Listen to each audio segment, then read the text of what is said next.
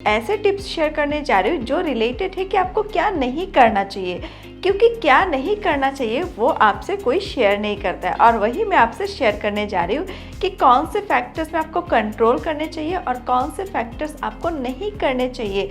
Ego और anger को control करने का एक ज़बरदस्त कवच है और उसका नाम है कॉम्प्रोमाइज़। अगर हम पर्सनैलिटी डेवलपमेंट की बात करें तो पर्सनैलिटी डेवलपमेंट में हर एक इंसान आपको ये बताएगा कि आपको क्या करना चाहिए, आपको कौन से फैक्टर्स में काम करने चाहिए। बट मैं आज आपसे कुछ ऐसे टिप्स शेयर करने जा रही हूँ जो रिलेटेड है कि आपको क्या नहीं करना चाहिए, क्योंकि क्या नहीं करना चाहिए वो आपसे कोई शेयर नहीं करता है। और वही मैं आपसे शेयर करने जा रही हूँ कि कौन से फैक्टर्स में आपको कंट्रोल करने चाहिए और कौन से फैक्टर्स आपको नहीं करने चाहिए, ताकि आपका पर्सनैलिटी डेवलपमेंट हाई हो, आपका पर्सनैलिटी डेवलप हो। तो वो कौन से फैक्टर्स है जानने के लिए आपको मेरे साथ इस वीडियो में अंत तक बने रहना होगा। तो आइए शुरू करते हैं। मैं हूँ Madhumita Goswami, entrepreneur and director of Aara digital सूत्र।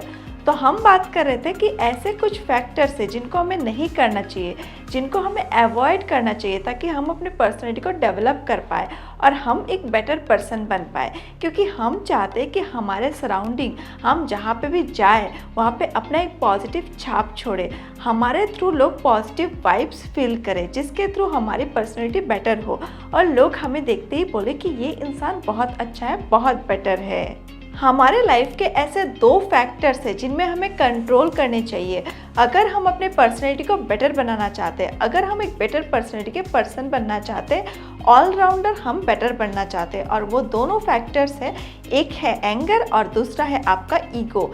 ये दोनों फैक्टर्स हमारे लाइफ को उथल पुथल कर सकता है, ये हमारे लाइफ को मैसअप कर देता है और कभी कभी इनके वजह से हमारा लाइफ पूरा बर्बाद हो जाता है। तो इन दोनों फैक्टर्स को हम कैसे कंट्रोल करें, इसको हम समझ लेते हैं।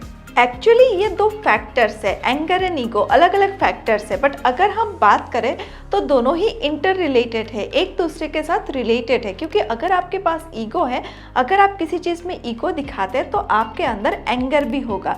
और अगर आपके अंदर एंगर है और उसको आप कंट्रोल नहीं कर पाते, कहीं पे भी आप कुछ भी रिएक्ट कर देते, तो ऑब्वियसली आपके अंदर ईगो है, इसीलिए आप इस तरह से रिएक्ट करते।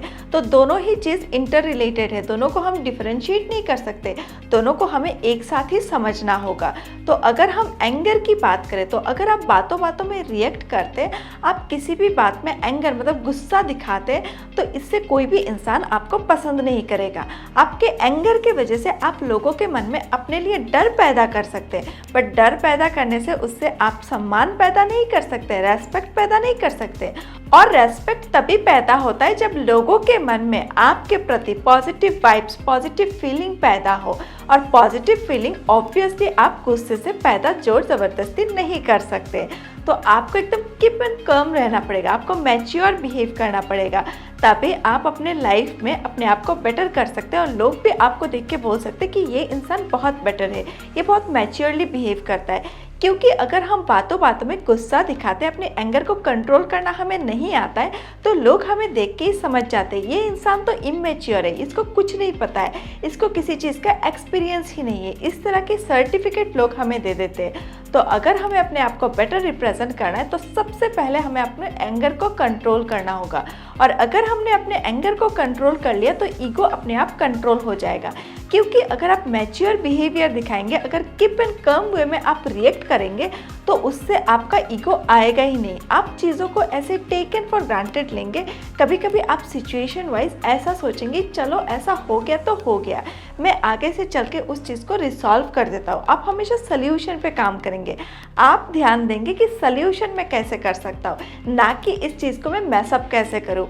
और वहीं पे आपका ईगो कंट्रोल हो जाता है। तो अगर आपको अपने ईगो को कंट्रोल करना है तो सबसे पहले आपको क्या करना है, अपने एंगर को कंट्रोल करना है। और एंगर का परिमाण आपने कम कर दिया, उसको आपने कंट्रोल कर दिया, तो आपके अंदर का जो ईगो है वो भी धीरे धीरे ब्रशअप हो जाएगा, वो भी धीरे धीरे निकल जाएगा और ईगो आपके अंदर रहेगा ही नहीं।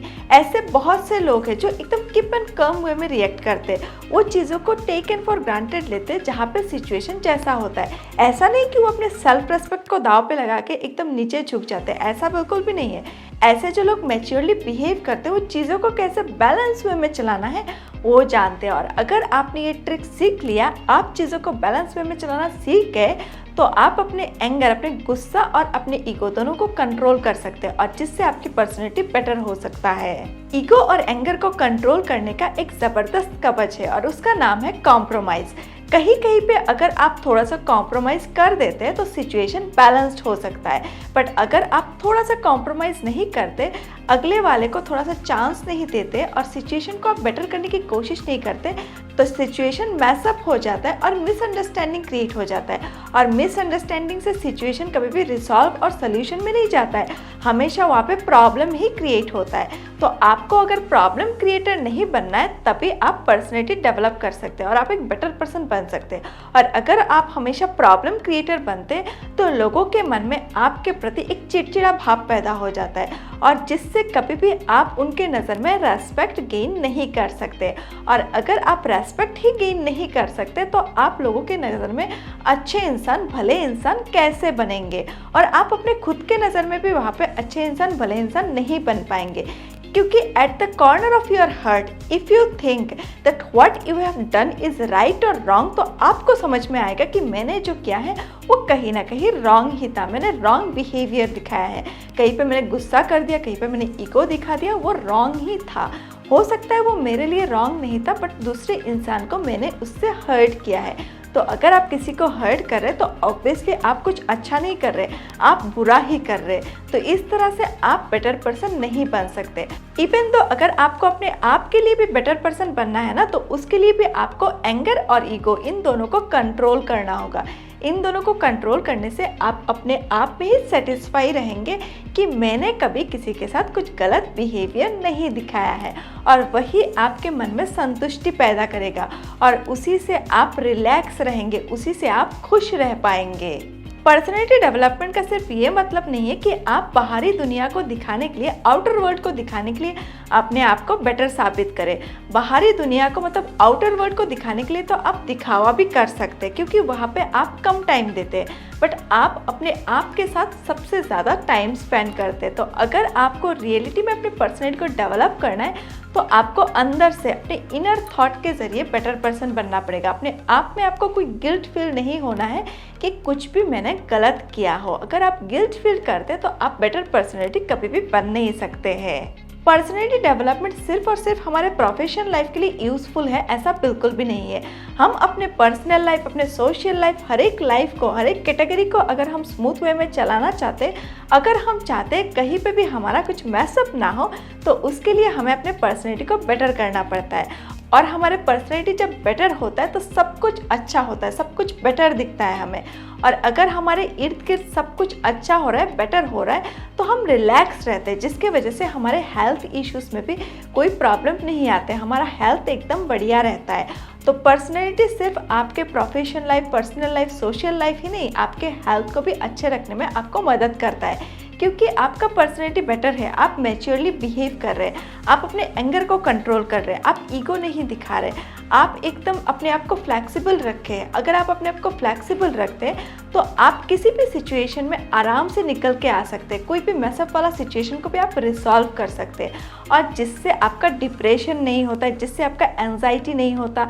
और अगर आप गुस्सा कम करते, गुस्सा कम दिखाते, कीप एंड कम रहते, तो इससे आपको बहुत सारी बीमारियों से भी निजात मिल सकता है। जैसे आपको हार्ट डिजीजेस या तो आपको ब्लड प्रेशर मतलब बीपी के रिलेटेड डिजीजेस होने के चांसेस कम हो जाते हैं। क्योंकि ये सारे चांसेस कहाँ से आते हैं? जब आप ज़्यादा रिएक्ट करते, जब आप डिप्रेस रहते, टेंशन लेते, एंगर, ज़्यादा गुस्सा दिखाते, वहीं से ये सारी चीज़ें होता है। तो एक दूसरे के साथ हमारे लाइफ में हर एक चीज़ रिलेटेड है। तो हमें अपने एंगर और अपने ईगो को कंट्रोल करना है। हमें बनना है मैच्योर पर्सन जो एकदम कीप रहे, कम रहे और एकदम फ्लेक्सिबल वे में चीज़ों को मेंटेन करते रहे। तो आज के इस वीडियो में हमने डिस्कस किया है कि पर्सनैलिटी डेवलपमेंट में कौन से फैक्टर्स को हमें कंट्रोल करना चाहिए, क्या हमें नहीं करना चाहिए, क्या हमें अवॉइड करना चाहिए। आई होप ये वीडियो आपके पर्सनैलिटी डेवलपमेंट में आपको बहुत ज़्यादा मदद करेगा और आपके लिए एक गाइडेंस बनेगा।